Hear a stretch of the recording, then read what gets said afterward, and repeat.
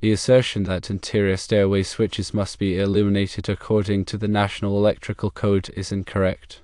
After a review of the code, no such requirement exists. The National Electrical Code, often abbreviated as NEC, is a comprehensive set of standards for electrical wiring and equipment in the United States. It is designed to ensure electrical safety and prevent fire hazards. Electricians and electrical contractors are required to adhere to the NEC when installing or modifying electrical systems. The NEC is updated every 3 years, with the latest edition providing the most current safety standards. Each edition includes revisions and additions to address new technologies and safety concerns. The NEC covers a wide range of electrical topics, including wiring methods, overcurrent protection, grounding, and equipment installation. It also includes specific requirements for different types of occupancies, such as residential, commercial, and industrial buildings.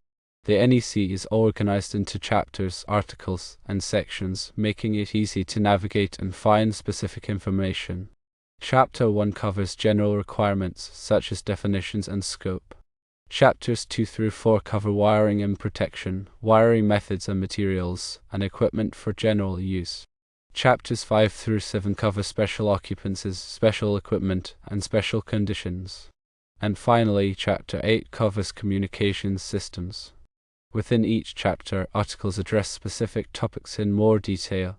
For example, Article 210 covers branch circuits, while Article 250 covers grounding and bonding. Each article is further divided into sections, which provide specific requirements for different situations.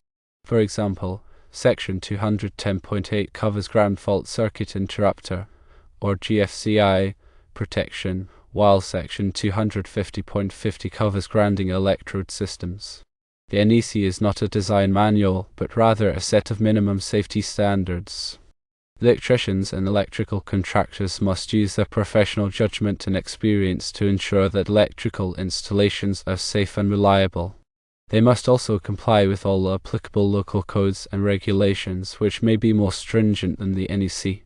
One of the most important aspects of the NEC is overcurrent protection. Overcurrent protection devices, such as circuit breakers and fuses, are designed to protect electrical circuits from overloads and short circuits. When an overcurrent occurs, the overcurrent protection device will trip, interrupting the flow of electricity and preventing damage to the circuit and equipment. The NEC specifies the size and type of overcurrent protection device that must be used for each electrical circuit. The size of the overcurrent protection device is determined by the ampacity of the circuit conductors. The ampacity of a conductor is the maximum amount of current that it can carry safely without overheating. The NEC provides tables that list the ampacities of different types of conductors based on their size, insulation, and installation method. Grounding is another important aspect of the NEC. Grounding provides a low impedance path for fault current to return to the source, which helps to trip overcurrent protection devices and prevent electrical shock. The NEC requires that all electrical equipment and metal enclosures be grounded.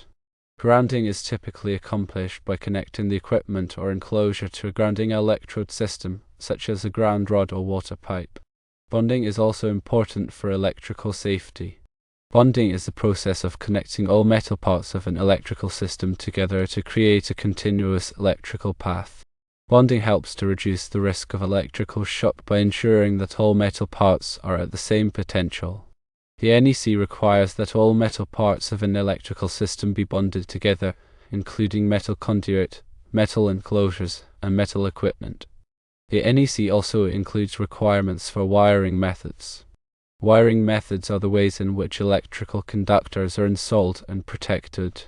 The NEC specifies different wiring methods for different applications, such as concealed wiring, exposed wiring, and underground wiring. Some common wiring methods include rigid metal conduit, electrical metallic tubing, or IMT, non-metallic conduit, and cable. The NEC also includes requirements for equipment installation. Equipment installation includes the installation of electrical panels, lighting fixtures, receptacles, and other electrical equipment. The NEC specifies how equipment must be installed to ensure safety and proper operation. For example, the NEC specifies the minimum clearances that must be maintained around electrical panels and the types of supports that must be used to support lighting fixtures. The NEC also includes requirements for special occupancies. Special occupancies are locations that have unique electrical requirements, such as hospitals, hazardous locations, and swimming pools. The NEC provides specific requirements for these occupancies to address the unique electrical hazards that they present. For example, the NEC requires that hospitals have emergency power systems to provide backup power in the event of a power outage.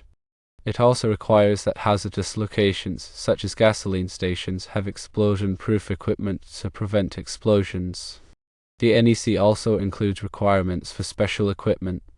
Special equipment is equipment that has unique electrical requirements, such as electric welders, electric signs, and electric elevators.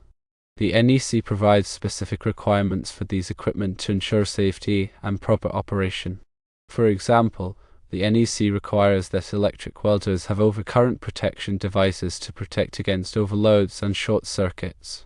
It also requires that electric signs be grounded to prevent electrical shock. The NEC also includes requirements for special conditions. Special conditions are situations that may affect the safety of an electrical installation, such as corrosive environments, damp locations, and high ambient temperatures. The NEC provides specific requirements for these conditions to address the potential electrical hazards that they present. For example, the NEC requires that electrical equipment installed in corrosive environments be made of corrosion-resistant materials. It also requires that electrical equipment installed in damp locations be listed for use in damp locations.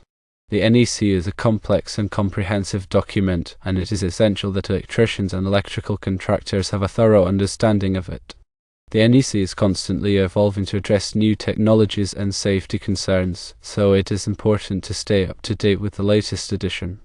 Electricians and electrical contractors can stay up to date with the NEC by attending training courses, reading industry publications, and participating in professional organizations. The NEC is a valuable resource for ensuring electrical safety and preventing fire hazards. By following the requirements of the NEC, electricians and electrical contractors can help to protect people and property from the dangers of electricity. In summary, the NEC does not mandate illuminated switches for interior stairways. While local codes may vary, the NEC itself does not contain this specific requirement. Always consult the latest edition of the NEC and local regulations for accurate and up-to-date information.